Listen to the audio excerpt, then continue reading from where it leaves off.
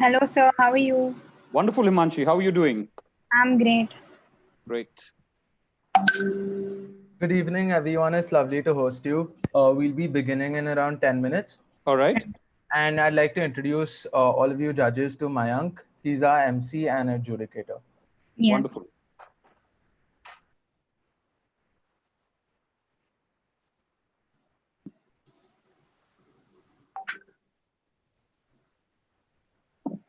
Hello, sir. How are you? Wonderful.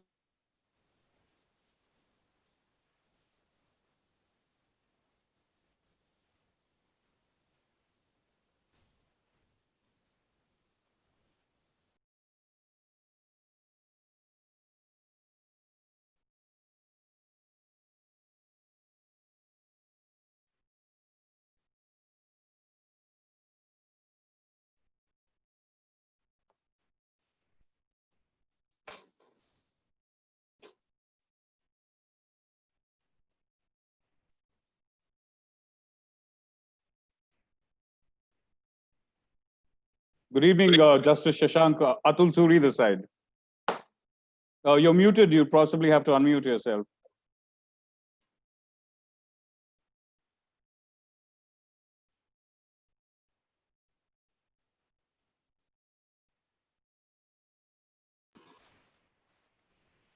Good evening. Good evening. Honored to be here with you. Thank you. Thank you. This is a new experience for me, but nice. All right. Hi, good evening. Good evening to both of you. This is Siddharth. I'm looking forward to the session today. Hi, Siddharth. Hi. Hi, Siddharth. Good evening.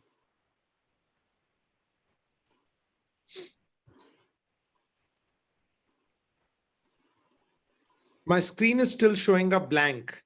I don't know how it is. I think we're waiting for it to start. Yeah, so they've got a blank thing, I think. I don't know, or maybe.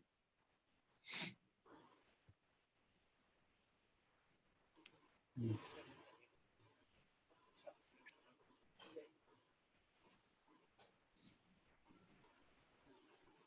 Hi, now I think I can see your video as well.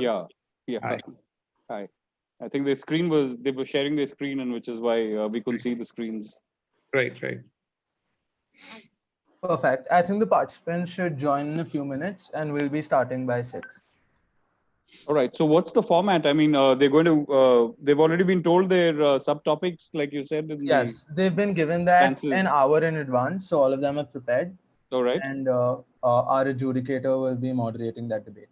And so therefore, just 3 of them are going to come. And what's the time limit set for each participant? So they're all going to give their opening speeches, which is going to be for around 3 minutes each. All right. Which there'll be free-flowing debate. After we'll be entertaining questions from the special panel. All right. Okay. Thank you.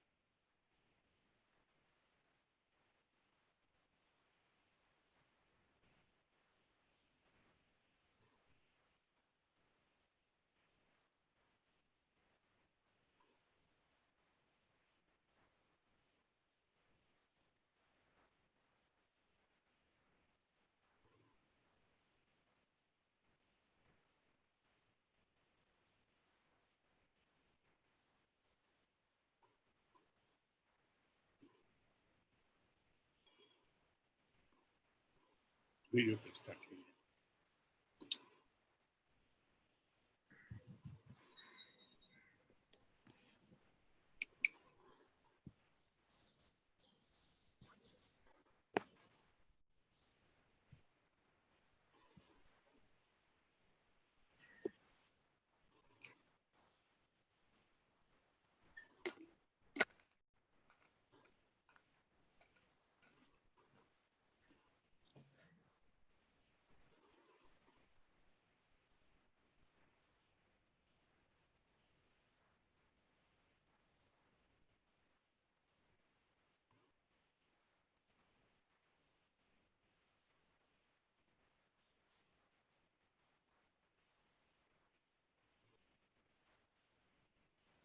Good evening, everyone. Am I audible? Yes, Mayank, you are. Fine. Okay, sir. Good evening. So let's begin. Come all to the final round of the Hellenic Debate Forum. And this round is going to be called the House of Olympus. From now participants we've narrowed it into 3 rounds, and we're also graced by the presence of an amazing team of panelists. So I think let's just start with introducing them. Thank you, judges, for being here. Let's start with the first judge, Mr. 𝐀𝐬𝐭𝐫𝐚. So thank you so much for being here. A pleasure. Let me give you a little feedback. Not feedback, I would say a little backstory on Mr. 𝐀𝐬𝐭𝐫𝐚. He is a strategic business unit head leading 6 business divisions at Alembic Pharmaceuticals Limited. He has also served in the Indian Army for over 25 years before joining the corporate world, Atul Banks. He has represented India as a part of delegation to Russia for the procurement of military hardware and to Vietnam to enhance strategic cooperation. And he's also been kind enough to share his experience and wisdom through numerous talks on strategy, human resource, and leadership. Sir, thank you for being here and thank you for your services. A pleasure. Thank you. Let's move on to judge number 2. We have with us Mr. Siddharth Vishwanath. Sir, thank you for being here. He graduated from St. Stephen's College in New Delhi in 1997, after which he completed his CA and MBA from the ISB. He later completed his CISA degree in IT. He is now an advisory partner and leader of cybersecurity at PwC, a global consultancy firm. Sir, thank you for being here. Yeah, thank you. It's a pleasure. Looking forward. Thank you, sir. Now let's move on to judge number 3. We have Justice 𝐀𝐬𝐭𝐫𝐚. Thank you for being here, sir. He was a judge of the Patna High Court for 15 years. He's delivered verdicts on cases such as Lalu Prasad Yadav versus the state, Freedom Fighters Pension case, and many others. He later became the first Chief Information Commissioner of his state, given the responsibility of implementing the RTI Act of 2005. He now works as an independent arbitrator for civil and criminal cases across the country. Thank you so much, sir. Thank you for being here and thank you for your services. Thank you. Now, since we are heading to the final round, let me give you a little bit of a gist of what we're about to see. The topic is existence of God. And it's a very controversial topic, so I'm pretty sure we have a lot coming in and we're going to see a lot of opinions from our 3 participants. Now, the 3 participants who have made it into final round will be speaking on 3 stands. So let me introduce you to the 3 participants. We have the first participant, 𝐢𝐧𝐜𝐿𝐵𝐿. Sudhanshu, are you here? Oh, yes, I am here. Can you hear me? Yeah, Sudhanshu, we can hear you. Thank you so much for having me. Of course. 𝐢𝐧𝐜𝐿𝐵𝐿 will be speaking on theism, which is basically existence of God is definite. We have with us our second participant of the final round, 𝐀𝐬𝐿𝐵𝐿 Tripathi. Are you here with us, 𝐀𝐬𝐿? Yeah, hi. Thank you. Hi. So 𝐀𝐬𝐿 will be speaking on atheism, which is basically believing that God does not exist. Moving on to our third participant, we have Krish De Silva. Krish, are you here?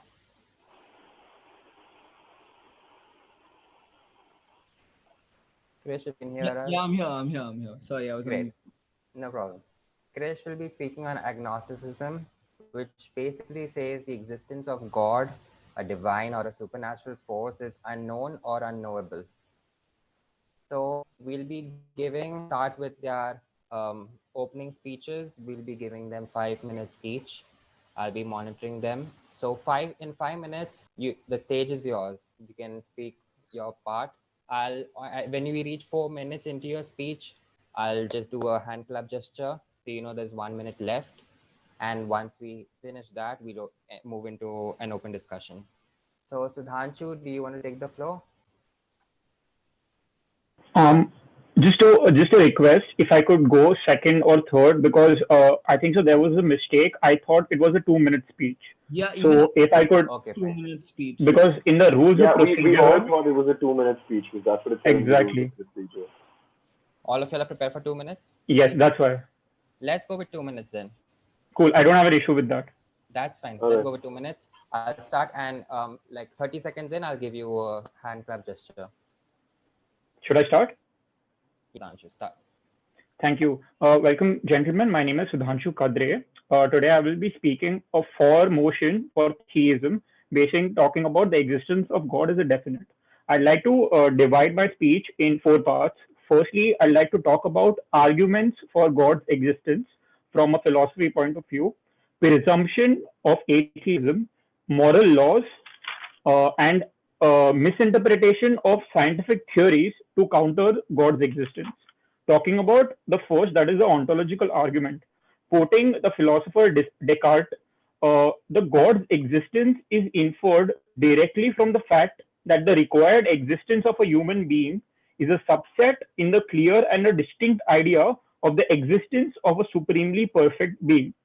Now, the presumption of atheism, that is the second point, will take inspiration from the first Descartes' ontological argument. It has been challenged by many philosophers in many years, basically theism propagations, talking about how the reasonable belief in God does not require material explanations. Now, talking about the moral laws. Now we know human laws, how human laws come into place. Governments enact legislations, thus we are obliged to follow those laws. The question is, where do moral laws come into place? Quoting Bhagavad Gita, Krishna Bhagwan in chapter 1, text 41 states, ancestors of such corrupt families fall down because the performances for offering them food and water are entirely stopped, basically giving the rise of the innate obligation of the young to respect elders. That is from a religious scripture. Now, talking about misinterpretation of scientific theories to counter God, I'd like to quote a scientist who says, there is no indisputable proof of Big Bang. You accept it. There is no indisputable proof of evolution. You accept it. Okay, yeah. Yeah, I just end it. You accept it. Then why do you hold the question of whether there is a creator to higher standards? I would like to end with a quote of Chris Jami. Doubt is a question mark and faith is an exclamation point. Thank you.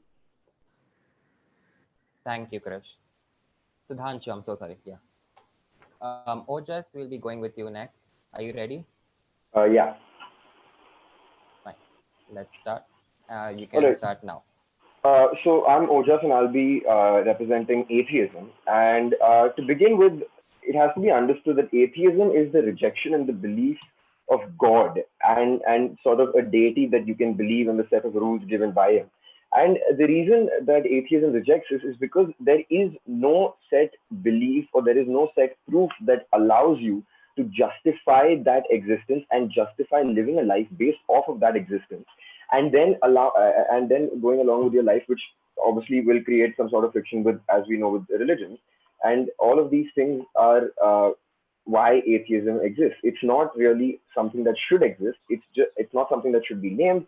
It's something that existed first. Religion came second.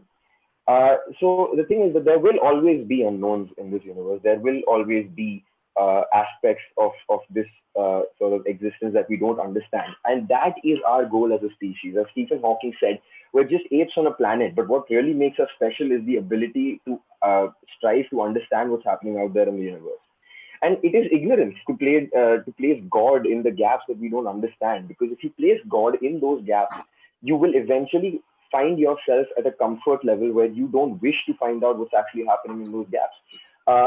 It's kind of like when you introduce a civilization to another civilization which is sufficiently advanced. The unadvanced civilization will think, oh well, that's magic. It's not really magic. They just have figured out application of things that you could not understand or fathom yet.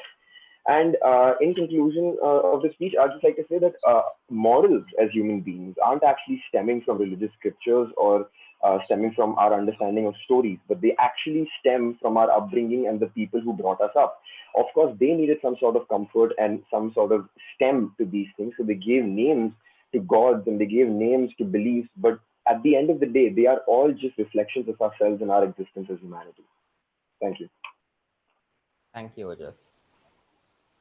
Moving on to Kish, 2 minutes are yours. Can I start? Okay, I'll begin. So, good morning, judges. I would like to start off like a stereotypical debater by defining agnostic. And that is a person who believes that nothing is known or can be known of the existence of nature of God. All right. So, in the beginning, all of us as a species, we didn't understand much or know much about the world around us. But then as the time progressed, we started to learn language, science, philosophy, math, and now skip to the 21st century. Today, there are still things which we do not know and cannot explain, which are beyond our understanding. And so for millennia, we've argued about these things, such as the source of all creation, the universe, etc. And we tend to justify these things and the existence of these things, such as the universe and creation, by saying, okay, God created the universe. And that's what a theist would tell me. But then an atheist would come and tell me that the Big Bang theory created the universe. But then another atheist would go and tell that atheist that no, the steady state universe theory is the reason why the universe comes to be. And these theories are consistently put forward and disproven. So then how do you come to formulate a stance on theology? How do you come to formulate a stance on what you believe in? So that is where my stance comes in. Agnosticism is that perfect line, which is that perfect midpoint between the two lines of atheism and theology. One thing I'd like to point out is that agnosticism is to understand the universal truths that we as an individual cannot know or explain everything. It is the acknowledgement of the unknown. No one individual can claim to know for certain with all the data necessary to back their argument that God does exist for certain or that God does not exist. There is no Bible or textbook full of apparently absolute truths for agnosticism, the way there is the Bible for a theist or any other religion's text, and the way there is science for an atheist, because there is no constant with agnosticism. To conclude, I would like to speak about the reason why we're even having a debate over the existence of God. And that reason is because none of us actually knows whether he exists or not. So all we do know is that there are some absolute truths. There are some things that we do know, which science can explain. And there are some things that we do not know, which we say that a greater power or someone else is the reason why these things have come to be. And that is where I put in where agnosticism is. It can coexist with these theories of the Big Bang. Pardon? Concluding lines. Okay, yeah. So agnosticism is that point where you can acknowledge that the Big Bang theory exists, while at the same time you can acknowledge that there are things which are unknown, which a greater power or something supernatural beyond your explanation has created. Thank you. Thank you, Krish. So judges, we've heard 3 stances. We've heard all 3 participants, the finalists, talk about what they feel on their own topics. We've had Sudhanshu talking about how people have faith and they don't need proof, but they have the faith in God. We've had Ojas talking about how religion came second and we came first, and how ignorance is where we place God. We've had Krish talking about there being different theories on how we came into existence and how there's no legit proof. So we've had 3 stances. Now, judges, if you want to start with questions, or we can start with the participants to have an open flowing debate.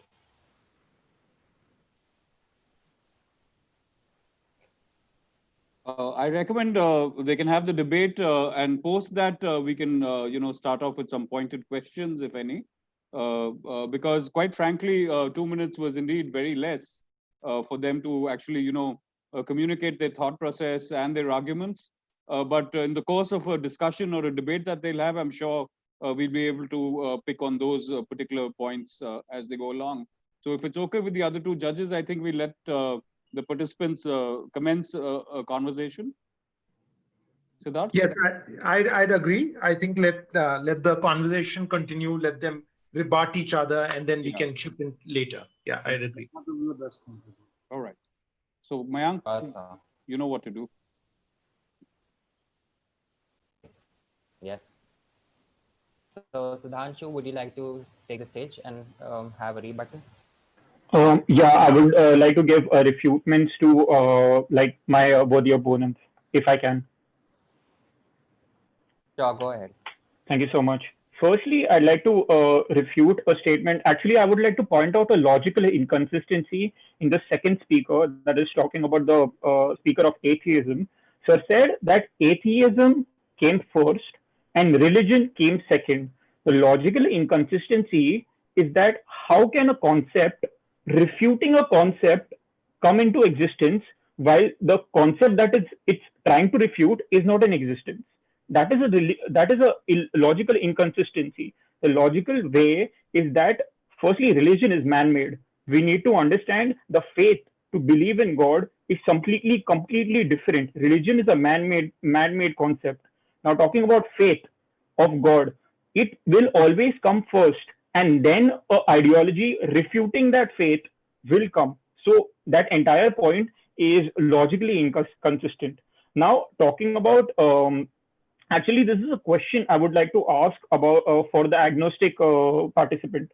What are your views on a very popular theory in the 21st century, that is agnostic theism? Agnostic theism is basically believing in the existence of God or gods, but regarding the basis of this proposition as unknown or inherently unknowable. I'd like to quote a very famous philosopher, Immanuel Kant. He said, and I quote, we must deny faith, I'm really sorry, we must deny knowledge in order to make room for faith. And he was a very proud agnostic in the beginning. So I would like you to answer me, what are your views in this acceptance of theism by agnostics? Thank you. Okay, could I go first regarding what he stated as a rebuttal to my speech? Absolutely, it's open. Yeah. So you stated that it's a logical fallacy that I stated that atheism came first and religion came second. But the reality is, atheism is one of those things that has always existed. The reason it had to be given a name was because theism came around.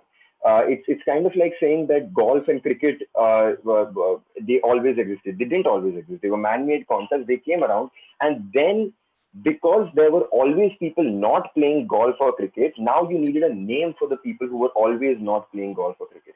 It's kind of like that. If you look back to before we had, the classical definition of sentience, that we believe that we're intelligent creatures, we're aware of ourselves, we know that we exist and everything. If you look back to then, or if you look back even further, you look back to microbacteria, you look back to all the prehistoric animals that lived, dinosaurs, they didn't really believe in God, or at least nothing that we can see had them performing anything that was illogical or unexplainable by simple behavioral psychology. They did everything on the basis of behaviors and motivations that were very evident to people and could be very evident to us. And the thing is that only once humans came around and only once we started developing a higher understanding and we realized that we need some sort of peace and reconciliation with things that we don't understand, we started to create religion. And what that is a way to make people feel good about themselves. What that is a way to make people feel calm about the sort of situation that they're in. But it never was the original ideology that was supposed to begin with. Religion, God, or faith, anything that happens. And as for the final point that you stated about how you need rejection of knowledge to make way for faith, I believe that was addressed to so the sir who's talking about agnosticism. But the thing is that when you talk about religion, faith, God, you don't actually have to reject knowledge for it. What you have to do is you have to find a gap in a knowledge. We may not know everything now. And what people do is when you don't know something, you start placing God. As it's known, the God of the gaps. And again, as I stated in my opening statement, that it creates this sort of comfort level for you where you feel like maybe I don't have to explore it that much, and it would stray you further away from your search for your higher understanding in the universe. So what would you say about that? That, you know, it actually hampers humanity and us as a species from finding out a higher purpose. Could I step in now? Okay. So Sure. I would like to start off with what was spoken about by Mr. 𝐸𝐧𝐜𝐿, who spoke to me about agnostic theism.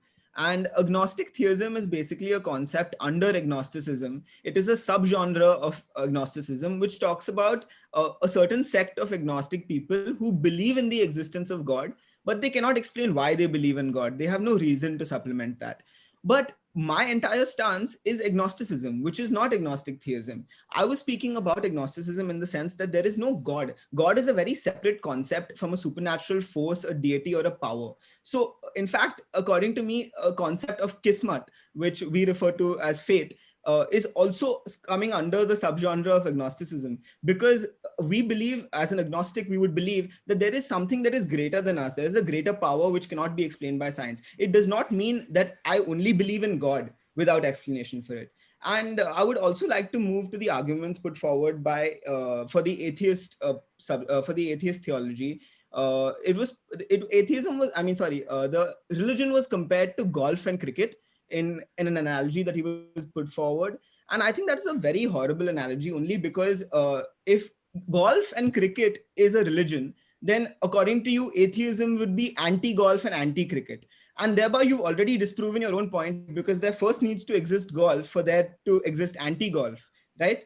And moving forward, again, another argument that is put forward by the atheist is that the God of the gaps, where we state that, you know, everything that we do not know, we do not research. But history has proven against this. We used to believe that God is the reason why a baby enters inside a female.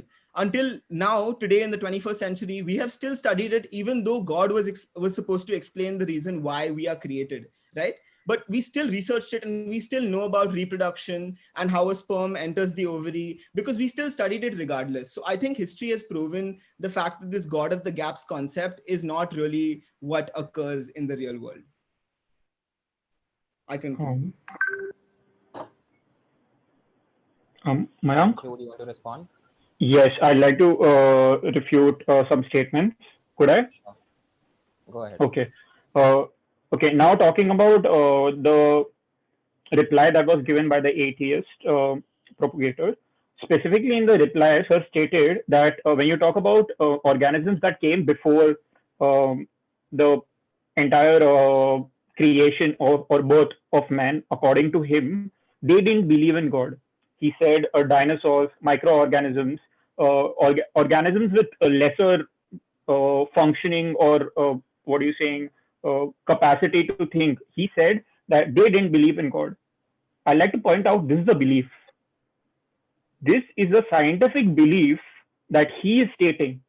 Okay, because there is no proof, there is no scientific proof that can actually tell what an organism is believing or not. There is not even a scientific proof that can actually tell what a human being is believing. It depends on the action of the human being. It depends on the lifestyle the human being themselves propagates. So essentially the statement that he made is not relatable because it doesn't hold true. There is no base of logic behind it. Now, secondly, I'd like to talk about certain points that were made by the agnostics. So we need to understand my question wasn't talking about just your content of your speech. That is the reason I asked you a question, not gave you a rebuttal or a refutation. I wanted to ask your point of view on agnostic theism. Now, we need to understand that people who were agnostics, who converted to agnostic theists like the Immanuel Kant, had a specific reason for it. Okay. Another quoting Immanuel Kant, he said that morality will ultimately always lead to religion. And for his pure critique of reason, in his pure critique of reason, he said that we need morality in order to put forward a proper civilization. So in order to that, my question was, in a perspective of a total agnostic, what would be the views on that shift of a person who was an agnostic believer to a theist. Now, again, just an additional thing I wanted to apply was in the speech that was talked about by the atheist. So said, and I quote, our morals depends on our upbringing from the people who brought us up. Okay. Now that is a statement, sir, made. Who taught them? Who taught the people who came before them? Sir and gentlemen, my idea is that this belief that we have that okay, I am obliged to be nice, I am obliged to do no harm to others. We think it's just a normal thing that we have to follow. Okay, it's an innate thing. But what is the source of that innate belief? My perspective is that religious scriptures, firstly put forward by gods to their disciple, the supreme personality of the Godhead, Arjuna, sorry, I'm really sorry, Krishna, in Bhagavad Gita, put all the information of Bhagavad Gita to Arjuna in the war, okay, to his disciple. There is an entire term in Indian theology, disciple. It's called disciple succession, in which the supreme personality of the Godhead lays information to their disciple, and through succession, this information is passed. This entire point of view is my take on moral obligations and moral laws that has been passed by religious scriptures to human being, and the human being to put forward by disciple succession has put forward those knowledge to the later offsprings. Thank you. Right. Before we move on to anyone else, let's have a general question for the floor before we get into more things. So now we've established more in this open discussion, but my question is, irrespective, now let's forget about existence of God. Irrespective of his existence, do you believe that faith in God, faith in any supernatural force, any divine being, does more good or bad? And that's the question for the floor. Anybody can start. Sorry, I'm sorry, Krish. Actually, no, I'll go ahead. I need a few moments to formulate a thought. Go ahead. Sure. All right. Well, in my opinion, I think it largely depends upon who the person is that we're talking about. It's a very individualistic scenario that we're talking about. Whether it does more good than harm, obviously, if you look in the case of ISIS or you look in the case of extremism in the names of religion and God, it obviously does more harm than good. But if you look in from the perspective of, let's say, a woman who lost her entire family in a car crash, well, it gives her great peace to know that she can go to a temple or she can go pray alone, and it makes her feel connected with who she's lost and makes her feel a sense of peace with what's happened to her. And it is a form of ignorance because she's ignoring what's really happened, which is that they're dead and she won't have any access to them any longer. But it gives them some sort of peace and allows them to get on with life, because at the end of the day, she's got a life ahead of her. That incident is now behind her, and if she lets that bog her down, then that would lead to much worse consequences for her, as opposed to her believing that there is something supernatural and something above what she can't understand as of now. Can I give an answer if it's fine with the agnostic? Yeah, Kuno, could I go first? Sure. Yeah, sure. Okay, so I think this is a beautiful point for an agnostic to give a point of view on, because I'll tell you why. Because basically there is this belief that, people who are weak, and especially coming from a psychological background of study, there is this belief that people who are weak, and sometimes people need that encouragement and that bedrock of strength to carry them forward with their day, or maybe achieve, like, for example, I was nervous for this debate. What would a person usually do? He would pray to a greater power, a god of some kind. But how do you also then pick which God to pray to? If you are deciding and you're growing as a human being and an individual, how do you decide which religion to pray to? Should I be an atheist? And if I am an atheist, what am I praying to? And this is where agnosticism steps in. It says you can have that belief. It lets the people who need that belief of a divine or a greater power have that belief and have that bedrock of strength, while at the same time acknowledging these other beliefs. Because you don't, at the end of the day, you do not know whether God exists, whether Jesus exists or Allah exists or Lord Krishna exists. You have no idea. And nor do you have an idea whether the Big Bang Theory is real. But if at that moment you need some strength, you can't sit here pondering over which religion would be right and what greater power should I pray to. All you do know is that you are having a moment of vulnerability that faith in a greater power could solve. And here, as an agnostic, you can still have that faith in the greater power while acknowledging multiple other beliefs. And I think that is a great point to be in for a person if he's having any problems in his life and he needs to have faith in something. Being an agnostic is an ideal way to go, and it's a realistic approach towards theology, according to me. Take it away, Sudhanshu. Okay, can I give an answer, Mayank? Yeah, definitely. Okay, cool. Sure, Now, go ahead. yeah, now considering the very big hypothetical that in like when something doesn't matter if the existence of the God, just talking about the belief in itself, that was the question. So I'll limit myself to that, not my original stance. My point is brilliantly explained in another religious scripture. Basically, it's chapter 17 of the Gita itself. It talks about the division of faith. Okay, Krishna Bhagavan says that there are three kinds of faith: the faith of passion, the faith of ignorance, and the faith of goodness. Okay, now talking about the faith of passion and ignorance. Okay, these are low faiths in which, out of laziness and out of materialistic sources or fact of emotions, the person will completely go against and counter the existence of the God and whatever the obligations and whatever the goodness that God's dispatch on his or her devotees.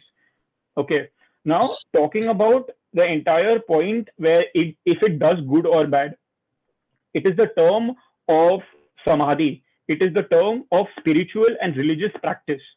In a matter where a person who is a devotee or who is a devoted believer of God itself, God promises that if the person goes forward with his logic and goes forward with the obligations, the moral obligations that has been set in the scriptures, everything will be good for him. Everything, even if happens bad, God will make good for it. Okay. Now, considering that this is a very far-fetched point of view from the agnostic and atheist, we need to understand that in this, belief cannot be equated with logic and reason. Faith is completely outside the purview of reason. Because see, if you take reason and if you take logic, okay, reason and logic is based on human knowledge. Human knowledge is limited. Whatever the science has taught us, whatever our study of Earth or the universe has taught us, we condense it and we base it on logic and reason. That is limited. Okay. If you compare faith with reason and logic, obviously from an atheist or an agnostic point of view, the latter will always counter. Reason and logic will always counter faith. But that is not the point of faith itself or belief in God. Okay, and I request my worthy opponents to understand the difference between religion and faith. Okay, those are completely two different things. This is a very big misconception that people have, especially people who counter religion, counter faith of God. They say like faith and religion are the same thing. They are not. Faith is independent. Faith is not a man-made concept. It's an action that man does in order to put forward self-actualization. Okay, I'd like to quote a very famous table. It's Maslow's hierarchy of need. It starts from physiological needs and it ends at self-actualization. That self-actualization is faith. Faith of a supremely perfect being. Thank you. Could I rebut? I'm sorry, could I go first? Because I had a point about the morality and how moral obligations go about. Thank you. Fine. We've had this. It's an open debate now. You can just rebut it. Right. So I believe the sir talking about theism stated that morality was something that came around in humanity because God passed it down from the religious scriptures, and it's something that is outside what purely logical beings or humans would be considered to do. But the reality is it's actually way more simple to explain than that. because people, when they started living together, and actually before people, when we were slightly more unevolved and when we were just creatures living together, when you live in a group, you realize that there are group dynamics that you can take advantage of.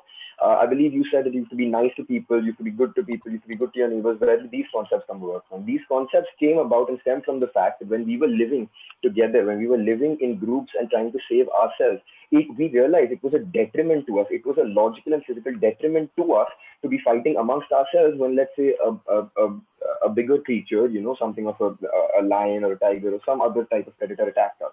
So it would just benefit us to be together and to be nice to each other so that we didn't sort of attract anybody's harmful intentions towards us. So it was a way of self-preservation. And as these models developed, we developed more complex models, we developed all these ethics, and that's what they stem from. They don't actually have to be passed down from religion or religious scripture or some form of God.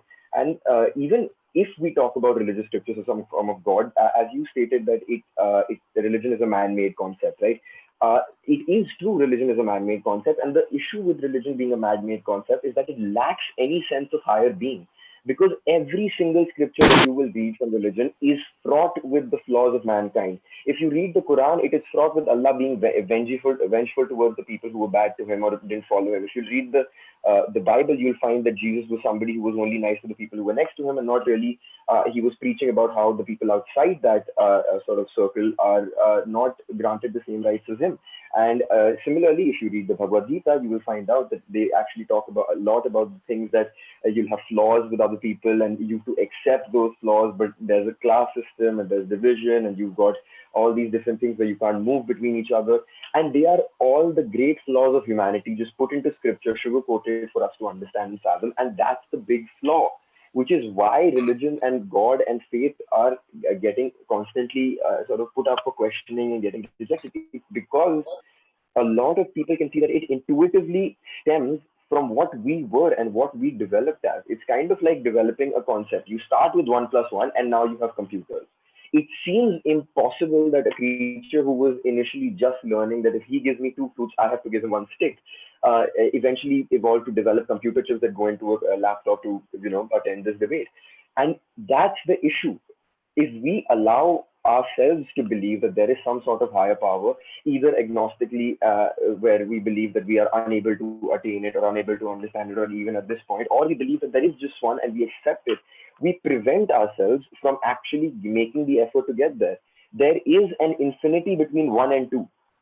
And it's not an impossible infinity. It's a very possible infinity. We know everything that comes in between. We just don't start writing it down.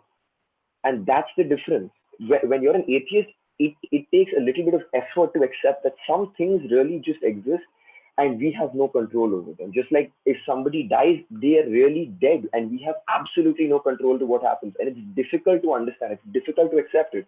But that strength is what we have to gain to actually start moving forward. And that will help us stop looking to temples more, stop looking to praying God and all of these things to give ourselves peace. And we'll find peace amongst each other instead of having to find these in intangible assets such as these things. And so that's my point about that, that it's explainable very simply, just like any other bad practice or any other good practice that came about to be. It all stems from us being humans and having had all these complex interactions. It takes long enough. It's when people say that evolution wasn't possible because evolution seems so impossible that we descended from apes. But really, it takes one protein can undergo 1 million folding cycles in 1 minute. You have trillions and trillions of proteins. If trillions of proteins are folding millions of times, the probability of evolution coming around just seems so much more likely than somebody just magically created. Okay, could I step in now? Yeah. Yeah. So again, one thing I'd like to start off by talking about, because it's fresh in my mind, is what the atheist point of view just spoke about. And we don't, an agnostic point of view doesn't have to believe that something magically came about. And only the atheistic point of view would tell you creation came about a certain way, whereas an agnostic point of view does not say that. An agnostic point of view would agree with the atheist view and say that, yes, okay, the likelihood of evolution is very, very high, but then how was the universe created? And then if you say the Big Bang theory and there's certain reasons to supplement that, an agnostic would agree with that as well, because it's the acknowledgement of a greater power, not of a God who has a certain list of things that he did, that he created this person, he created the universe with certain days and nights. None of that is specified. Okay. I would like to go on to talk about this one thing mentioned by Sudhanshu, who was speaking for a theist's point of view. He said logic and reason come from human knowledge, right? So we can use this same logic and reason, and once we're analyzing a particular scripture, for example, again, Sudhanshu's quoted a lot of scriptures from Hindu texts. Even in the Bible, there are a lot of things that are mentioned as absolute truths. And if you believed in your religion, or if you believe in religion as a whole and as God, you would believe in what is written in your Bible, right? But at one point, you can disprove. There was a scientist, I think Richard Dawkins, disproved the existence of a certain scripture in the Bible where they spoke of how Noah's Ark went forward, whereas the theory of Pangea, which is our Earth, all the different continents being joined together, disproves that event happening in the Bible. So then if you're not going to keep your faith in the Bible, then you'll have to give your faith in the Bhagavad Gita, then you'd have to give your faith in either the Quran. And at the same point, you enter a moral dilemma of what should you be believing in, because all over the world, all these people came up with a bunch of morals. And this is now leading to my third point. All over the world, these different religions came up with very similar morals: not to kill people, not to rob, not to steal, not to rape. And these are all things that we inherently knew. And now I'm not trying to go against Immanuel Kant, but as he said that morality would precede religion and it would eventually build up to religion. But what we see today is that an atheist can also have morality. It's not like an atheist just because he doesn't believe in religion and hence his morals were derived in some way from a particular religious text, does not mean that that atheist is devoid of all moral. So that is one other point. And yeah, you also brought about a conversation on faith versus religion. And I think that is a very counterintuitive point for a theist to have brought up in his argument, because agnosticism is exactly the reason, the difference between faith and religion. Because agnostics believe in a greater power. They do not have a religion around it. They do not have a culture around it. They do not have a certain amount of texts behind it. But what we do know is that these atheists are people, sorry, just one second. Yeah. Atheists are also people who have faith. They have faith in something bigger than themselves, and it's not necessarily a god.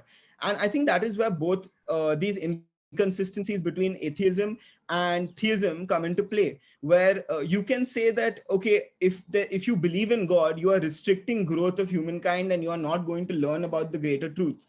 But history has proven us otherwise. We have developed so many atheists because of the fact that everyone spoke about religion, but at the same time, everyone is still curious to know what things come from. That curiosity will never die. If there was a way for us to know how the world was created, no matter how strong your faith was, you would still try to read that article on how the universe was created. And yeah, I'd like to pause there. Could I go ahead? Okay, cool. Thank you so much. So firstly, talking refuting and rebutting the atheist point of view.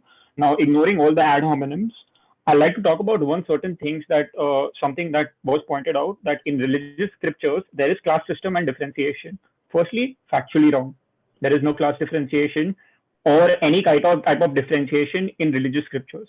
Okay, what it basically means, and I'm telling you the logic behind the fact that you just said. Okay, basically saying like Krishna Bhagwan or the Prophet or Muhammad specifically talks that people who do not follow specific obligations and specific practice, they will befall certain calamities or bad will happen to them.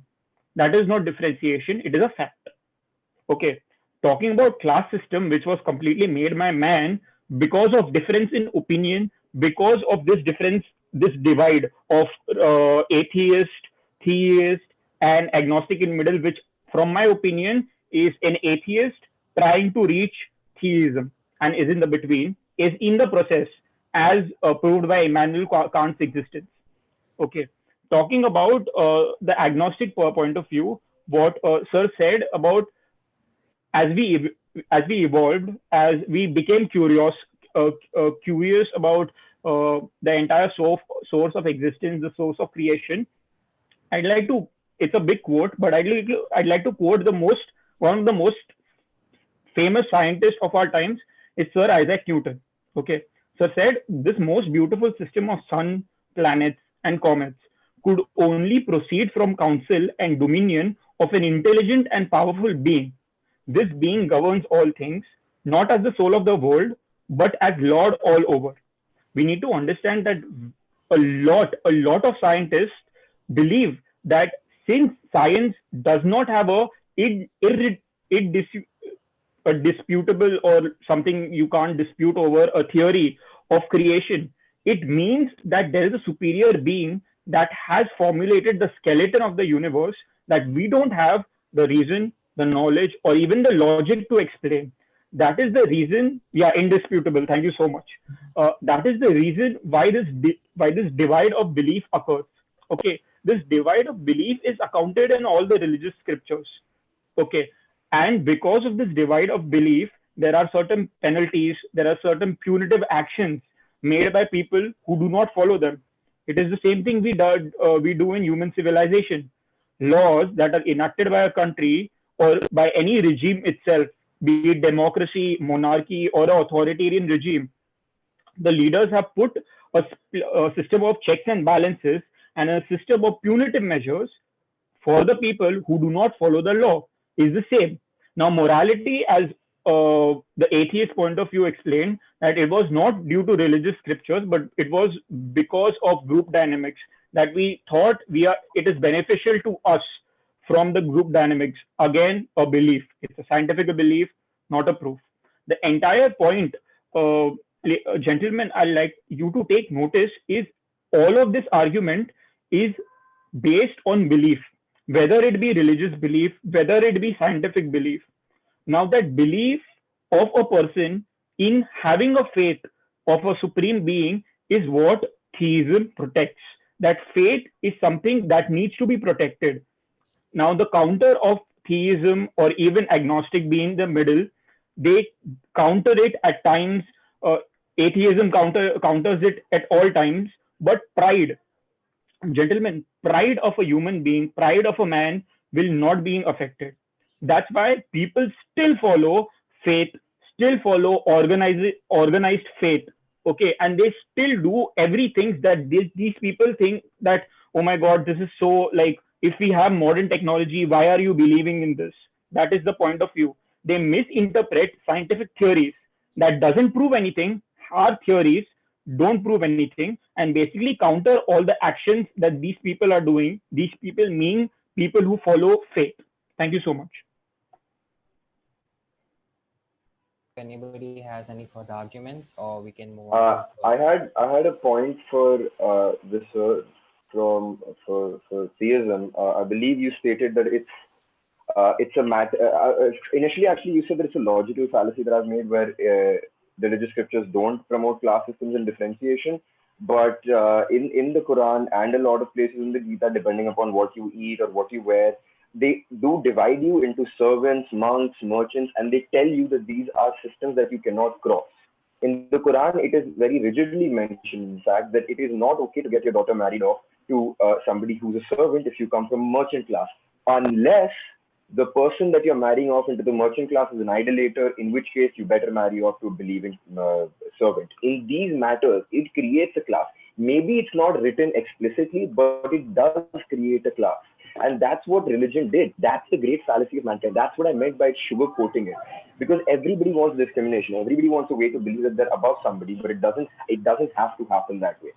And as for the sir talking about agnosticism, so the issue that I believe you stated that agnosticism works well because it believes that you can have a belief in the scientific theories put forward, but you also don't completely deny the existence of a God because you don't want to, like, you don't have the correct amount of proof or you don't have all of that. But the issue with that is that then you believe in a system that is basically turtles all the way down.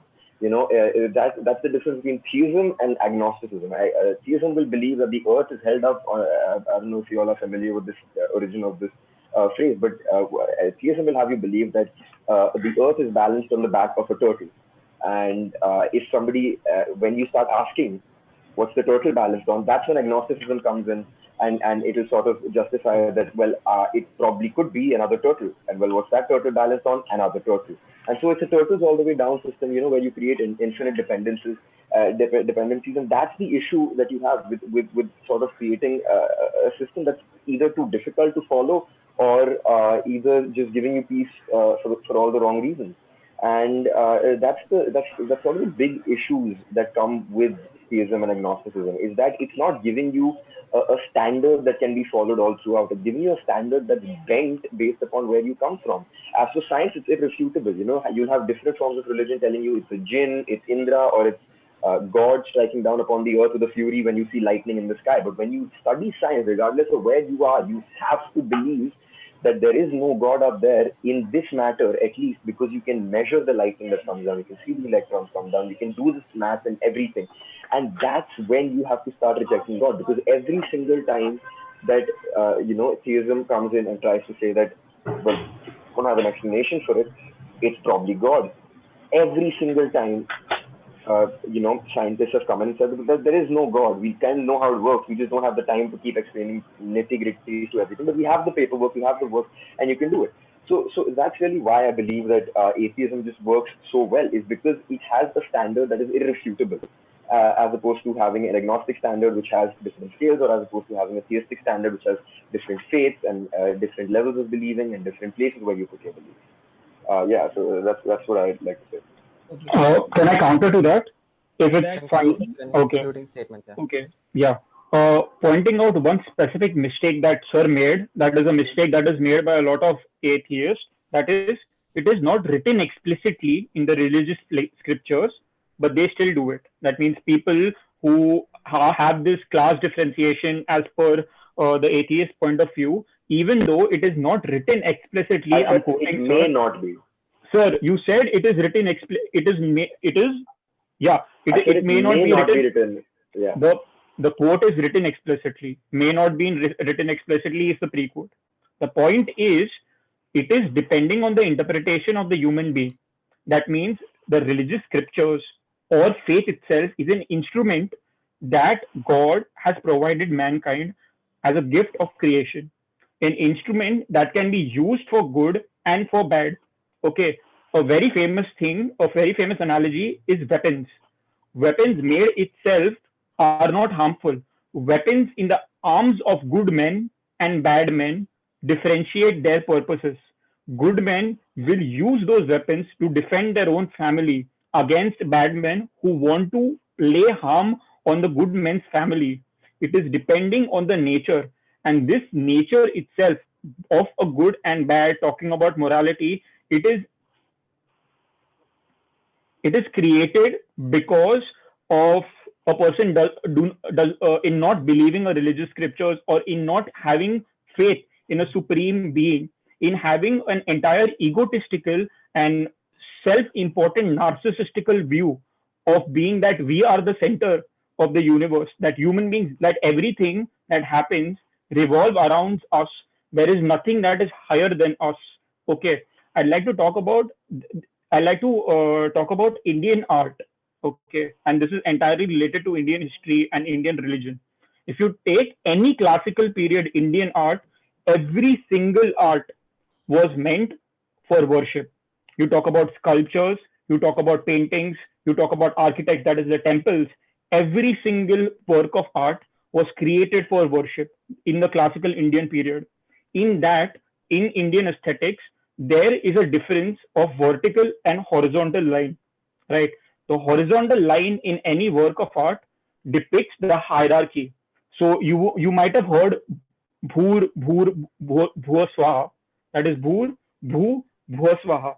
Bhur is the earth realm. Bhur is the atmosphere, and bhuva swaha is heaven. This entire hierarchy has been put forward by religion, and has been put forward, I'm really sorry, not religion, but faith used by human beings to form religion. Understandable.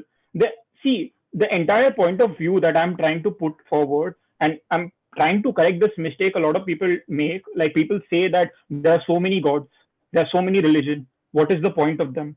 It is not true. That is not something that faith tells you. The only difference is geography. People, you talk about the subcontinent of Indo subcontinent. You talk about the geographical different point of views. It is different because people interpreted faith in different ways, and it is understandable. Cultures will always be different in different parts of world. the manner of interpretation of people will always be different. And that is the reason why we have such difference in faith, thus resulting in different religions. It's because of cultural difference, because of geographical differences. Okay, now one question I'd like to ask the atheist. Okay, sir said that agnostic and what do you think? Agnostic and theism do not give any system or any standard, but atheism gives irrefutable standards. Sir, how is a belief that itself just refutes something? It doesn't do anything else. It just refutes a concept, give irrefutable standards. I'm not understanding the logic behind it. If a concept is just refuting the existence of God, how can it itself give irrefutable standards? Every scientific theory, you talk about Big Bang, you talk about evolution, it's not indisputable. There are disputes, there are matters that cannot be proven by science. Okay, from that point of view. So how can you make a sweeping generalization that saying that okay, this probability of evolution is more. That's why it's true. How is this true? This is the entire sweeping generalization that you're trying to make to discount theism and even agnosticism in that matter.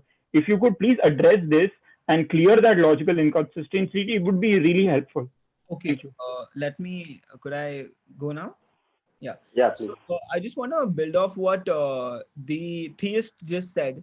And I think he said something to very well formulate a point for agnosticism, where he spoke about how different religions are formed all over the world, and the only genuine difference between them is the geography. And he also spoke about how faith in something eventually became a religion. Our faith is then transformed into a religion, right?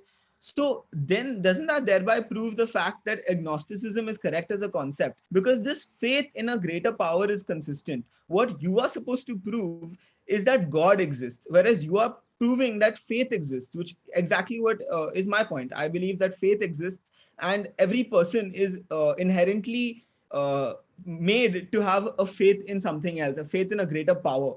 And that faith can then transform itself into agnosticism, because you have to prove that a God exists. I do not have to prove that. I just have to prove that faith exists in a greater power, because we are naturally created to not understand greater concepts. Like when we didn't understand the sun, we started worshipping the sun as Ra. And this is our origination of religion, right? So that means everybody had faith in something because they could not explain a particular point, right? This was starting to correlate to what the atheist also says. Because they could not understand the sun became the sun god Ra. And hence they thought the sun was the sun god Ra, and that's what they worship. But then eventually, as you come to understand that the sun is the sun and it is not really a god, it is just a big ball of solidified mass which is on fire. When you come to understand that fact, you realize that, okay, this cannot be Ra. But then you will still continue to have that faith in something greater. You will still believe that there is someone controlling these decisions, but I am not. And science is not, and there must be something else that is controlling these decisions.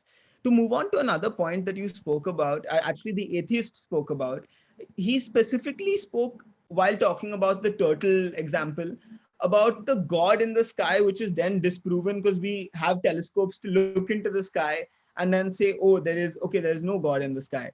The problem with that concept it was about lightning, why lightning strikes. It wasn't about looking in the sky to see God. No, there was a point where you were speaking about the turtle, where you said until we were able to find out what was in the heavens, we thought that there was a heaven up there with a God. That's an old belief where people used to say that the entirety of the earth is flat and rests on the back of a turtle. And when you would ask somebody, why does it rest on the back of a turtle and where is the turtle? They would say, well, the turtle stands on another turtle. And where does that turtle? It's that. You mentioned both these things. You said you gave the example of the turtle and you spoke about, okay, but then let's just move on to the turtle. And you also said that agnosticism comes into the turtle example when somebody says, okay, if the world is balanced on the back of a turtle, an agnostic would say, who's balancing the turtle? Whereas agnosticism does not say that, because you will be still a human being on that planet balancing on top of a turtle's back. An agnostic would say that since I am only on this planet, I do not know whether it's on a turtle's back or where it is. That's what an agnostic says. So that example was just a metaphor. It's a common phrase used to explain a system of infinite dependencies. It's not like a literal or a usable, not used like that. But just continuing on from there is what the point I would like to elicit is, it's that it's not, agnosticism is not pedantic. It's not a bunch of quotes. It's not something that can be argued in such a way, because it is the definition of the unknown. It is agreeing with atheism while also agreeing with theism. And I'd like to again draw back to a point again mentioned by the theist, because a lot of things the theist seems to say are, could I just get a second? A phone is ringing. I'd like to mute it. Yeah, sorry. An atheist would, sorry, yeah. The theist also said a lot. He said a lot about religious texts. He made multiple quotes and analogies, all derived from these religious texts. So this is a very obvious point that I would like to bring about. But who wrote these texts in the first place? A human would have written these texts. And since you have also automatically on your own come forward and said that faith transitions into religion, doesn't that thereby mean a human being had faith in something greater than himself because he did not understand greater concepts than himself? He then went on to write a book about what he believed is religion, which then people go on to continue believing and perpetuate that cycle of belief. Whereas that entire cycle, according to you itself, has originated from faith. There is no God, according to that stance of yours, is what I'd like to conclude with. Great. I think we've had quite a heated debate. Can I? Is it over? Like, I wanted to give a quick rebuttal to a point that the agnostic POV made. And I had one rebuttal regarding the question by this TS side. Just like 2 points, very short. Yeah, if you like, you can go first, because like I think so. I spoke before him, so like by a cycle, it'll be your turn. So you can go first. Yeah. The debate has gone on for quite a while, but I think if we can, let's move to the questions from judges first. If that's okay with the panel. Sure. Judges, can I with Siddharth sir? Okay, hi. I think it was a very, very lively and very interesting debate to hear, and on a fairly esoteric topic as well, I would say. Maybe I'll just pose one question, and my question is to you, 𝐬𝐧𝐜. So, 𝐬𝐽𝐽, I think your argument was largely, predicated on the fact that faith and God is largely to explain the gaps in knowledge. But the way the world is changing, and we would all agree that there do exist gaps in human knowledge, and the world is constantly evolving. The universe is constantly evolving. So while science and all of us continue to play a catch-up game, there will always remain some gaps in perpetuity, in infinity, and therefore isn't agnosticism the right worldview to take? So that's my question to you, 𝐬𝐽𝐽. Yes, sir. So, sir, regarding whether you have gaps in knowledge, as I stated, the issue with that is that agnosticism is a system that, again, to recode that, I said it's turtles all the way down, because it believes in infinite dependencies. It will always exist. And when you have a system that always exists, and a system that has, lever for movement left to right, and it doesn't have a set standard, and you have a slider scale depending upon who you're talking about, what that creates is a group of people that will always have some sort of discord with each other in these matters, which will lead to some sort of friction or the other. Right now, obviously, the big issue with the world is that different religions and faiths lead to fights and terrorism. But eventually, if all of that wears away, you'll have different kinds of people believing that is God more likely to exist or less likely to exist, and these things will again create friction. As opposed to being an atheist, which would just outright deny the existence of a God and have faith in the people that are around you and the understanding that we have of the universe. Because in all of these matters, it gives you one set rock standard. And this standard, you have to hold yourself up to it. You have to hold other people up to it. When you hold everybody accountable to this standard, it just makes life. It makes it difficult to live, but it makes it easier for a species to exist. Which is why you see animals and everybody who at least so far as we've studied behavioral psychology, they don't have any sort of faith. They work solely off of what their motivations are and what the right way to function is. And that's the thing. That's why atheism works better, because we don't believe in infinite dependencies. We believe in what we are able to, gather and sort of fathom from what's been around us and what we've studied around us. And so it gives you a concrete set of proof as opposed to allowing a slider scale in belief. Sure. Okay. Thank you. So does that answer your question? Assuming it does, any other questions? Atul, sir?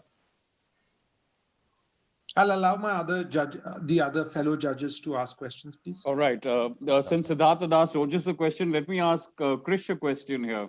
Let me, since Sudhanshu's been doing a lot of quoting, let me also quote from Shakespeare and in specific Hamlet. There's this famous line, I think scene 2, I'm not too sure, I don't remember now, I read it years back, where Hamlet is known to have said that there is a divinity that shapes our ends, rough hew them how we will. And obviously, typically Shakespeare, he did not allude to the fact whether it was God or there was a known or an unknown. With your current stance being that of an agnostic believer, whether you actually believe it or not is a different thing. My question to you is this. If you could correlate to what Shakespeare said in Hamlet, do you think there is actually some divinity? The stance that you're taking today says that there is no God, or is the stance that you're taking today that God is unknown, or is there some divinity still that is shaping everybody's end? You're muted. I'll step in and say this. Basically, what you asked me essentially is what is it a belief in? Is there a God? Is there no God? Is there a divinity? Is there a power? What is it? And my answer is all of them at the same time, because it necessarily does not mean if I say that I believe in a greater power like fate or kismat, it does not mean that I'm disproving God or saying, okay, God absolutely does not exist. It is that open wiggle room inside there for the unknown. So now I want to link this a little bit back to what Ojas mentioned in his response. He spoke about how an atheist makes inferences from what is around him and then gathers to ascertain a particular truth. If I was born in a house with 4 walls, I will say that light does not exist. I will say that the sun does not exist, because there is a box beyond me which is unfathomable to me. And hence, similarly, a God is absolutely unfathomable to me.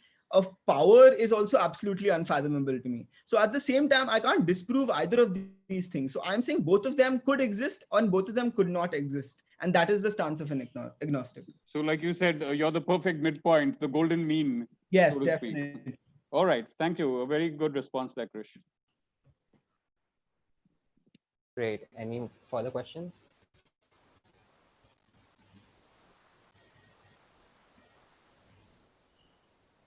No, fine. No further. Okay, then I'll ask one more question, and maybe this question is to Sudhanshu. So Sudhanshu, on one hand, I thought at some point in time in your argument, you attempted to make a differentiation between faith and religion, right? Yet, a lot of what you mentioned during the course of your argument were basically quotes from various scriptures of religion. So that's one dichotomy I found. The second comment I want to make is you spoke about Maslow's hierarchy and you spoke about self-actualization. And is self-actualization really about existence of God, or is it about understanding your being better? And therefore, perhaps maybe there is no God, but it is just about us. Faith is just about us striving to be the best versions of ourselves, the best version, or live in our highest human state, in other words. Thank you so much, sir. So, answering your first question about the entire point of view from faith and religion, in my argument, I mentioned that faith is an instrument that is put forward to the humankind and man to interpret it in certain ways.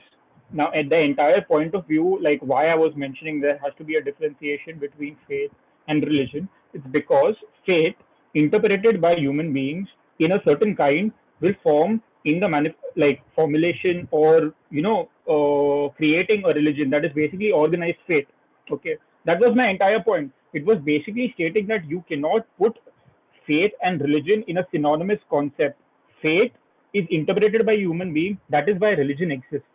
That was my point, like just clean and simple.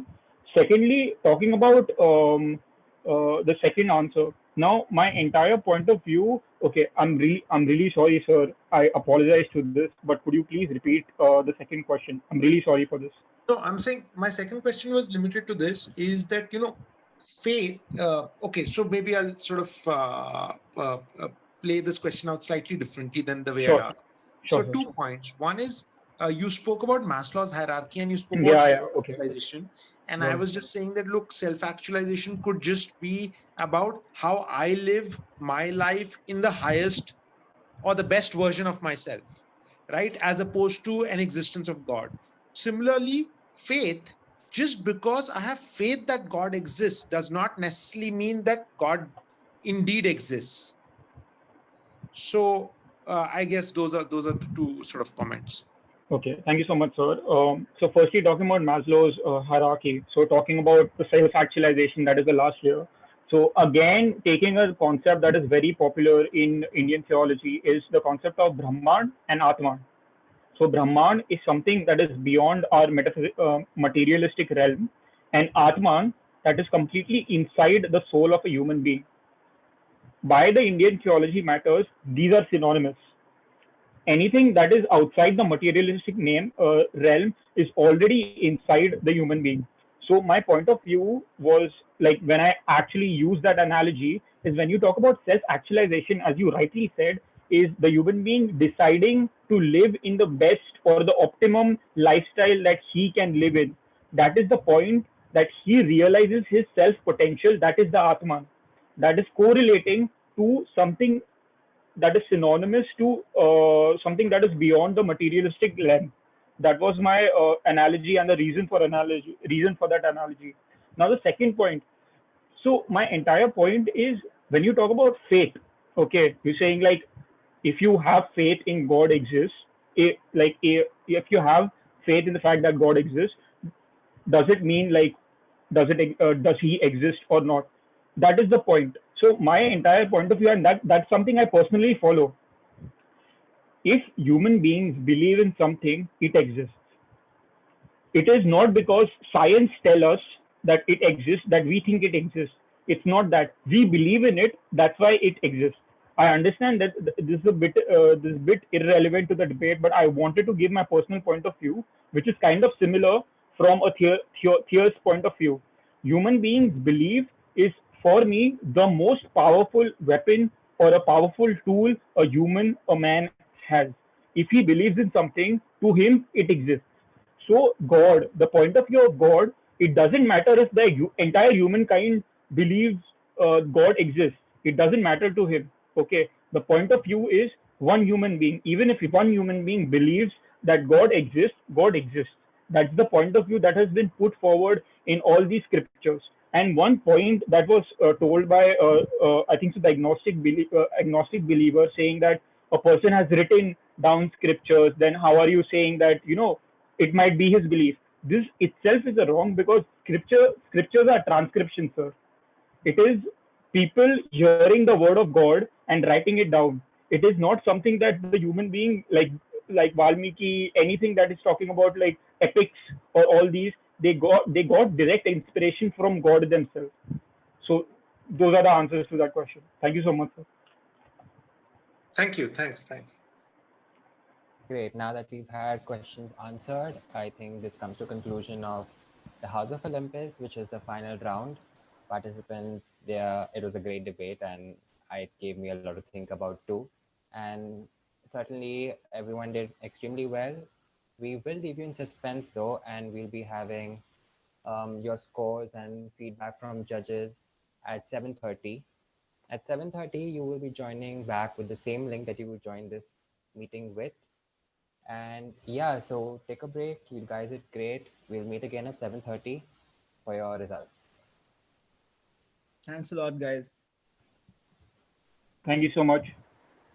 Thank you. Thank you all. It was a very lively and very nice debate. Thank you. Yeah.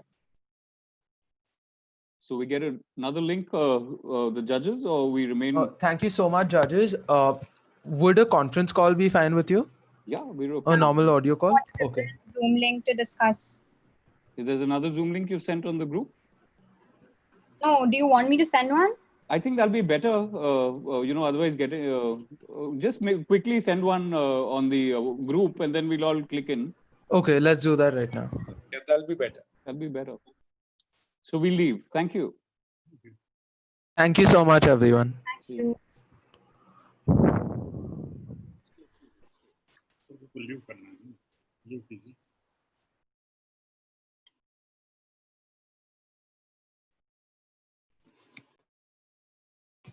Adi, just help uncle out. Sorry? Just help uncle exit the meeting. No, but if I kick him out of the room, then he won't be able to enter again. Uncle, why gira? हाँ, चलो. Yeah. चलो, end the stream. End the stream. Bro, D पे आता है. Bro, end the stream. हाँ? End the stream. I can't end the stream ना. ये stream में बाकी सब delegates आने वाले हैं. That's why it's annoying. Mute कर दो. अपने आप को mute. हाँ, come on D. Coming on D.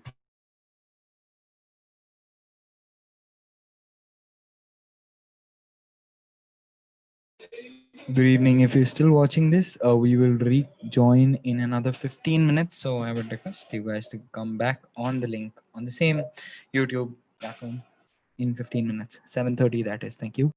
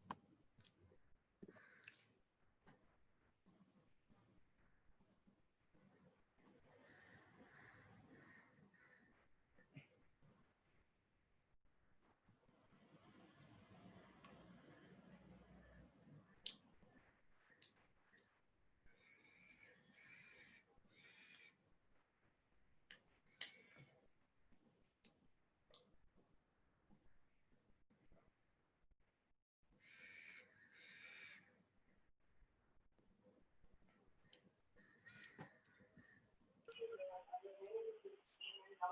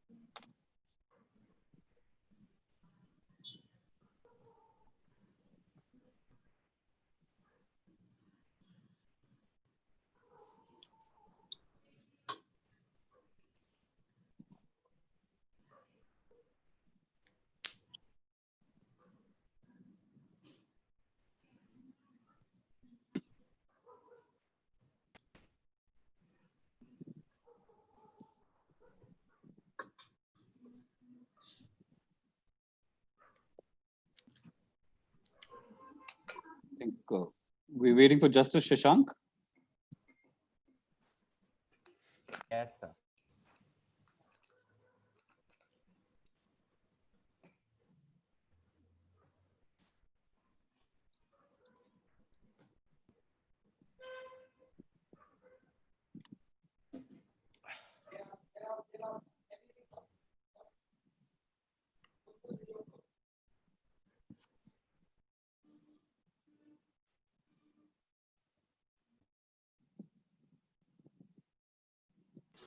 We'll just wait for Justice Singh to join us and then we'll begin.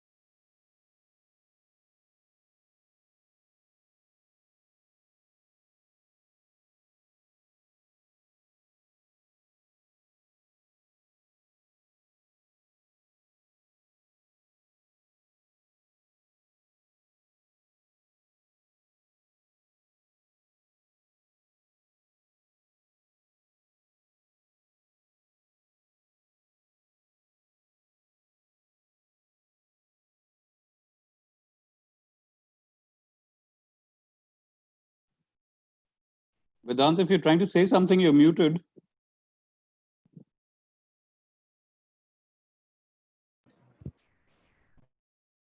Just a second, Mr. Suri. We'll be beginning the closing ceremony shortly. We're just waiting on Justice Shashank. Roger.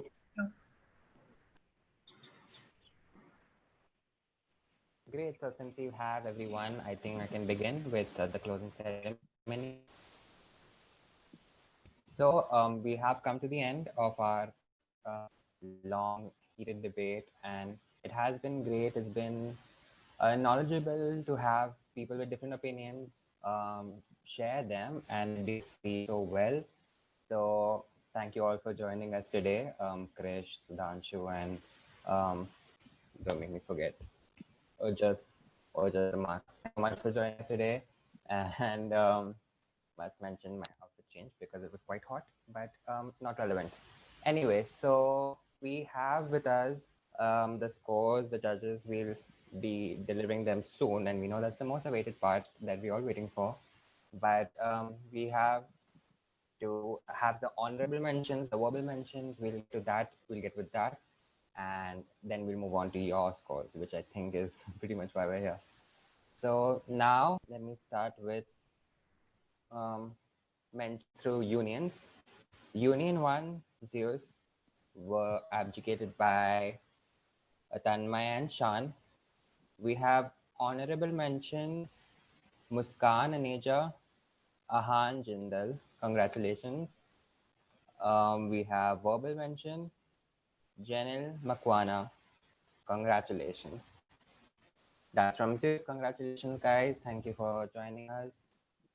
From Union 2, Poseidon, we have honorable mentions, Jamshed and Naman Talreja. Congratulations, guys. We have verbal mention of Spandan. So congratulations from Poseidon. We have Jamshed and Naman Talreja. Vandan. Thank you for joining us. From Union 3, we have Hades. Now this was abdicated by Mehak and Manas. Honorable mention goes to Vivan Shah and Adiraj Singh. Congratulations, guys. Verbal mention goes to Nitya Tojniwal. Congratulations. Now, Hello, Vedant. we have, do we have the, Hello. let's हमको go. Result announce करना है कि नहीं? कोई और करेगा? Sure. We'll announce the result. Himanshi, do we have people to talk? Mute करने का था, mute करने. Great, we have. Fine. So now, since we have arrived at the event's end, I want you all to meet Mr. Sambhav Jain, the co-founder of FAMPE. He's coming from Chandrapur, Maharashtra, and he is our very own Mr. Right Place at the right time. He can help you take the most the most boring detail and create the most incredible story out of that. So thank you for joining us. While he does indulge in dancing, playing the piano, he can answer any questions. He's literally gone from a small place to like dominating a whole area. So, sir, thank you for joining us. Can you please? Thank you, Mike. Thank you so much for the warm introduction. Super excited to be here. Super glad to see you all. So yes, guys, just to give you a brief background, I guess Mayank already introduced me. I'm Sambhav, co-founder of FAMPE. At FAMPE, we are building India's first mobile bank for teenagers, specifically who are 18 and below. And yes, I am from Chandrapur, it's a small town near Nagpur in Maharashtra, and I completed my schooling there. After that, I went to IIT to complete my engineering, and I spent 4 years at IIT Roorkee, and that is where we got a very different exposure of doing things. And right in our last year of college before graduating, we decided that we wanted to do startup. We wanted to get into entrepreneurship. We wanted to build our own company. And yeah, we started in our last semester. That was last year. It's not been very long since we graduated. We graduated last year. And we started pursuing our dream, started building the company. Right after college, we got into Y Combinator, which is one of the world's strongest accelerator programs, and we raised close to 5 million from global investors to start the journey. So yes, happy to take any questions that you guys have.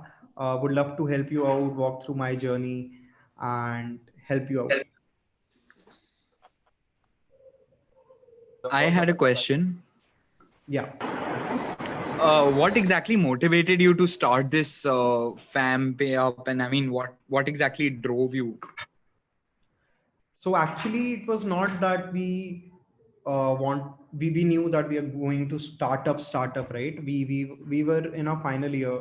I wanted to join an early stage startup. We always had that feeling that we want to do something big. We wanted to be part of some early stage startup where we can make impact, right? So it was a final semester. Me and Kush, my co-founder, both of us were friends since first year of college, and we did not pursue placements. Do you know what placements are? Placements is basically the time where a lot of companies like Google, Microsoft, Uber, all the best companies come to the campuses. They take tests and interviews and hire you for a full-time job. Got it. Yeah. On the company, right? So we took a decision. We skipped the placements. We did not pursue job, and that was one of the things that starts our journey, because we were clear that we did not want to just do a job, right? And we wanted to do something else, and there were not a lot of early stage startups that came for placements, and we were helping a bunch of our friends for jobs, for their getting the interviews cleared, to get the test cleared. And when we asked them that why do you want to do this job, ऐसे बहुत सारे लोग थे. Are you guys comfortable in Hindi? Yeah, sure. So yes, there were a lot of friends जो जिनकी हम test में help कर रहे थे, एंड वी तो जिन्होंने 3 साल से कोडिंग नहीं की थी, they started coding just to get the job, right? And when we asked them like कि dude why are you doing this, so they were like कि ब्रो ये जॉब लग गई तो लाइफ सॉर्टेड है. इस टाइप का कॉन्वर्सेशन होता था, and we were like we never got the meaning of life sorted. कि ठीक है, earning more money can be good in a short term, but actually when you look at in the long term, हो सकता है कि if you're not interested on the work, you're not considering a lot of factors कि company कौन सी है, वहाँ पे work profile क्या है, where you'll be located, right? How your career will grow. So a lot of people end up after a year either not getting promoted, losing interest, going into another things like MBA or something. So in the long term, it's not fruitful. So हमें ये था यार, India में लोगों को पैसे को कैसे देखना है, they don't know how to look at finances, how to look at money the right way. And we found out the gap that kids in India are not taught about finance either in schools or at banks. No one teaches you about finance, right? No one talks about money. तो हमें ये problem लग रही थी कि India में यार लोग फाइनेंशियली लिटरेट नहीं है. मतलब मैं stock market, investment, mutual fund, इन सब पे तो जा ही नहीं रहा हूँ. लोगों को पर्सनल मनी मैनेजमेंट भी नहीं आता, like how to spend, how to save, how to budget, how to invest, right? तो that is what motivated us कि यार इंडिया में लोग, if we can financially literate people, that will be like an amazing start. तो हमने थोड़ा study करना शुरू किया कि दूसरे कंट्रीज में कैसे होता है, क्या होता है. तो एक मेजर डिफरेंस हमें दिखा that in the countries like US and the UK, there are concept of pocket money. So whenever you are 13 or 14, parents know, they are aware that my kid needs to learn about finance, and they give you pocket money and you start handling your own finances, right? So as compared to India, वहाँ पे तो मतलब लोग बच्चे 14-15 के होते, they also work at Burger King or a McDonald's to earn for themselves, right? The culture is very different. They are more independent. So yeah, अगर उनको फोन भी लेना होता है, they like save $100 for 5 months and buy it for themselves, like, right? India में it's like you turn 14, you go up to your parent and ask for a phone. It's always on demand. So that is what we thought कि यार financial literacy will not come through a course or by building a curriculum or something. It should come through practical experiences. And we wanted to bring in this cultural shift. तो हमने सोचा यार कुछ digital बनाते हैं जिससे parents शायद pocket money भेज पाएं, बच्चे फाइनेंसेस के बारे में एक फन वे में लर्न कर पाएं, and they can manage their own finances. That is when we got to know, when we were trying to build this, कि यार बच्चों के पास तो बैंक अकाउंट्स ही नहीं है, उनको they can't use UPI, they don't have their own cards, they can't pay digitally, they are totally dependent on cash. So that was the thing that motivated us कि there are like more than 200 million teenagers in India who don't have access to digital payments, though they know how to spend on Swiggy, Uber, Amazon, Flipkart, वो हर जगह spend कर रहे हैं, right? But let's say if you're using your parents' debit card or credit card, you have to go for OTP every time to your parent, या फिर cash लेना पड़ता है. So those were the problems we figured out, and that motivated us, and we were like, this is a huge problem to be solved. And I think as we could see our friends, it started with we seeing our friends not being able to take the right decisions, we realizing the problem of कि finances पे independence होना चाहिए, decision making आनी चाहिए, then payments not being available to teenagers. All of that combined gave us the energy to actually start this thing. Thank you so much. That was really motivating. Thank you so much, Sambhav. Awesome. Great. Vedant, you have one more question, I believe. Okay, so this is a question I've really wanted to ask a lot of entrepreneurs, and I have asked them in the past, which is that do you think regulation in India, because a lot of people use it as an excuse, the number of processes you have to go through, is actually a barrier to try and create a startup of your own? Regulations as in entrepreneurs take it as an excuse that it's hard to build Yes, exactly. I honestly don't think so, right? It's definitely an excuse if someone says that, because we are building, let's say, a financial company, right? Um, so financial sector is one of the highly and most regulated sectors in India. It's controlled by RBI. You can't get a product out without getting the right partnerships, without getting the right licenses, the certifications. Your product has to go through a lot of audit, and there are a lot of things that are done, right? And that is first. So if we were able to navigate through the regularities which were so difficult, I think it's just the perseverance of the entrepreneur that comes in the picture here. That is first. And secondly, we were just in college, right? If I have to speak, just about a year and a half back, we graduated in last May. So when we started building this company, we were still in college. We were like just 20 years old, and um, it was crazy, right? We did not know कि यार company कैसे build करनी है, एक startup कैसे करना है, like team कैसे बनानी है, company register कैसे करनी है, register करके licenses कैसे लेने, बहुत सारी चीजें figure out करनी थी, team कैसे build करनी है, fundraise कैसे करना है, और 50 चीजें थी, right? There were a lot of things.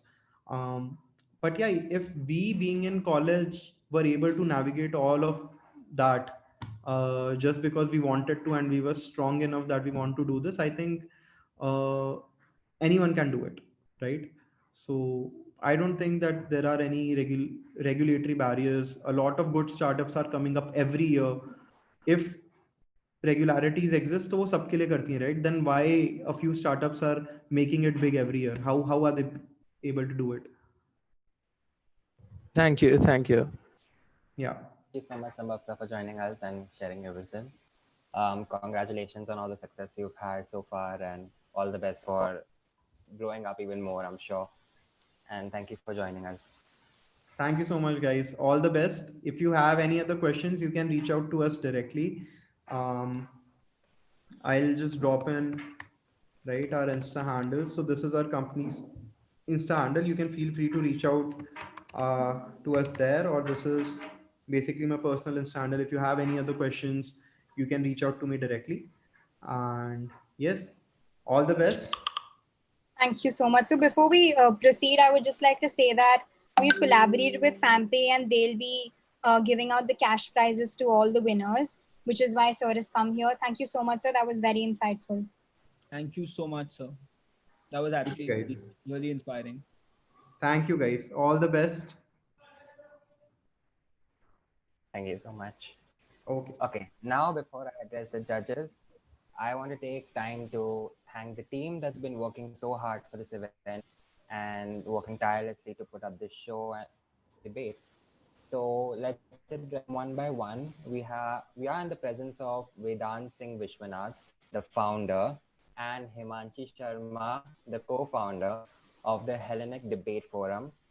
And they put up such a unique event in the midst of a pandemic. So kudos to you guys. Thank you for doing this. And thank you for having me host the final round. I've had an amazing time. Now, the hardworking team that also contributed to the success of this debate includes Rajveer Jha and Aditya Karthikeyan from IT, Nehal Agarwal and Shivan from PR. We have Ananya Negi and Vijay from Delegate Affairs.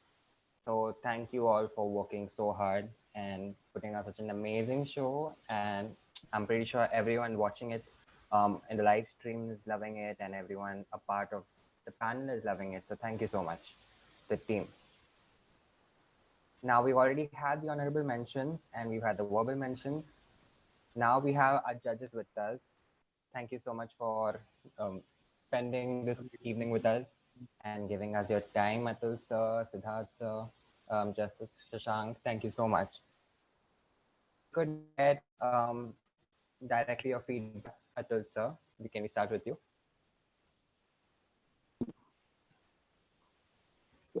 Yeah, so in fact, we'll start with Siddharth.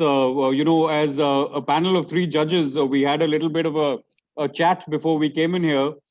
So we decided on a format between the three of us. So I'll request Siddharth to start. Thanks, Atul, and thanks, Mayank, for very nicely and ably anchoring the entire show today in the evening. So thank you very much, Mayank, as well. So maybe let me begin by saying this, that, the three of us spent time debating. It was a very hard decision for all of us. And of course, we'll talk through that a little more. But what I just wanted to specifically mention is that I think, the 1 hour that we spent hearing the three of you, we were completely gripped. And I, typically, especially in these virtual calls and these virtual sessions, it's very easy to get defocused. And frankly, I didn't feel distracted even one bit through that entire 1 hour. So it was really good. So, I mean, kudos to all three of you. I think I also thought maybe I'll make a few specific mentions on each of you. So Sudhanshu, I think we enjoyed your, your debate and your rebuttal, etc. But what particularly struck me was the fact that you've done a lot of research, and I know you've been given only 45 minutes, in terms of knowing the topic. You just had a 45-minute window, so good research, good sort of pull out of various scriptures and so on and so forth. So I think that was great.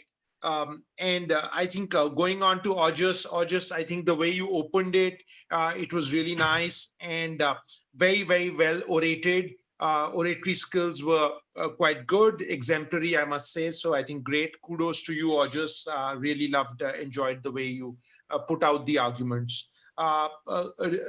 Chris, we sort of heard you right through the argument. Of course, you had you sort of played the middle ground in many ways, but very well played. You were able to pick up points from both the other participants and play it out very nicely. So Chris, again, great oratory skills. Keep it up. Great job, guys. All three of you were superb and brilliant. But with that, on that note, let me pass this on to Atul. Atul, maybe you could share some comments and then we can sort of move from there. Yeah, certainly. I quite echo each and every word that Siddharth actually said in terms of, how each one of you has performed. Quite clearly in a debate of this nature, and if one was to judge it, you'd focus on two major parameters. One definitely is content. I mean, content is king. And the second thing is the communication and how you communicate the point. Of course, the first is required. If you don't have content, if you have a huge amount of style to speak, it's just going to be style without substance. So the first portion of it is really required. You need to have relevant content and you need to communicate it in the right manner. Communication has to be clear. And when I talk of clarity, I'm not just talking of clarity of expression. There has to be clarity of thought. And when you have clarity of thought based on the research that you've done and you have clarity of expression, you've got it going for you. And I must very sincerely tell all three of you participants in the finals, you all had great content and you had a great technique. You could communicate. There was huge amount of clarity. I'll just leave you with one little hint, and not at the cost of blowing my trumpet, but I've been at the United Nations and I was in an office which was called the JMCO, which was the highest body between the two warring nations or armies. They would come there for their negotiations, and that meant a lot of debating skills. And we were the moderators, where we had to actually translate the arguments and give it out to the other party without influencing the decision. And that's where I learned the ABC of debating or communication. And I'll spend about a minute talking of the ABC of communication. The A of communication is accuracy. You have to have your research well in place, backed by data, empirical, physical, whatever it may be. you have to be accurate in anything that you're communicating. The B of communication and of in a debate is brevity. There is no use of just beating a point time and again, repeating the same point 6 times. I mean, it just doesn't serve any purpose. A person who has to pick up the argument will pick up the value in the argument immediately. And therefore, the B of good communication is brevity. All this not at the cost of the C of communication. And the C of communication is clarity. So communication rests itself on these three alphabets: accuracy, brevity, and clarity. And I dare say the three of you have got it going for you.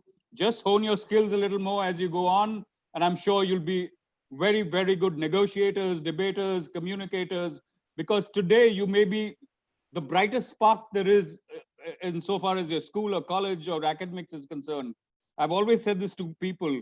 You may have a great idea here, but it's no use if you can't communicate it properly to the others. So keep that in mind. Keep the ABC of communication in mind. And I think you guys have a great, great professional life lying ahead of you. So very well done. And my personal compliments to the three of you. And now, of course, it's time for the verdict. And who better than a justice to deliver the verdict, really? So I'd request Justice Shashank to please do the honors and, of course, talk to them, motivate them a little bit, and finally give the verdict, because the verdict is soon going to be out. Thank you.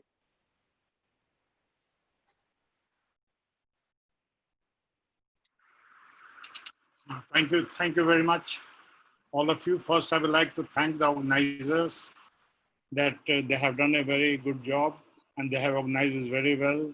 And all the participants who were there, they have really done a beautiful job.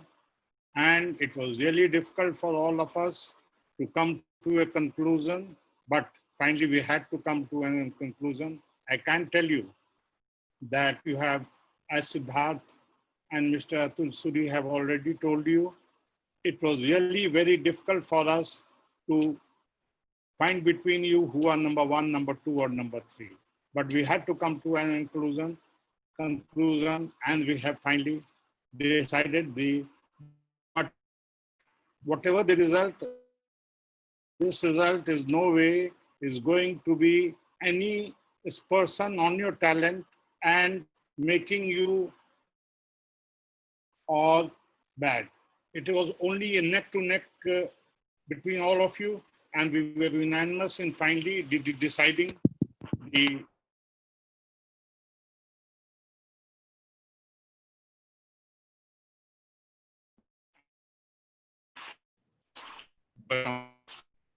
Chris De Silva.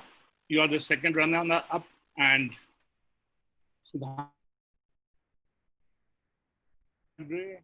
you are second, and you are first. Congratulations to all three of you.